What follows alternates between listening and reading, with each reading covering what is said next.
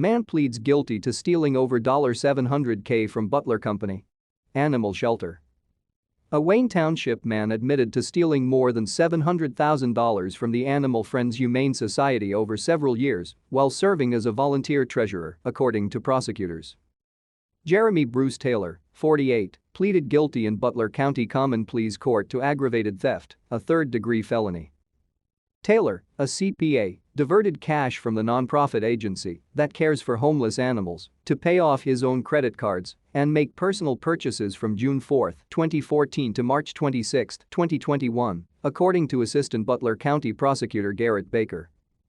To stay up to date with latest top stories, make sure to subscribe to this YouTube channel by clicking the button above this video.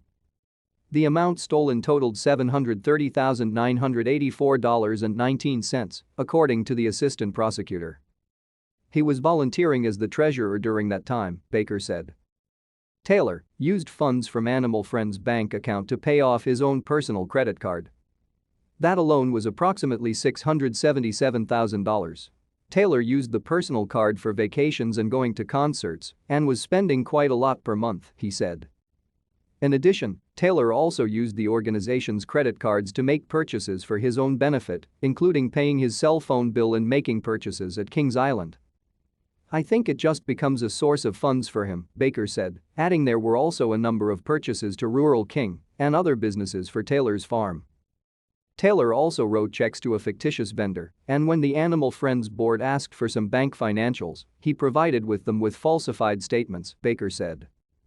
There was a change to board leadership in 2020 and board members asked Taylor for financial documents, but he was reluctant. He eventually turned over bogus documents, Baker said. The board hired a forensic accountant and Taylor hired an attorney who then contacted police and the prosecutor's office, according to Baker. Taylor, was cooperative and provided all the documents, including the altered ones, the assistant prosecutor said. Taylor is free on his own recognizance until sentencing. Judge Greg Stevens set sentencing for July 18. He faces up to 36 months in jail.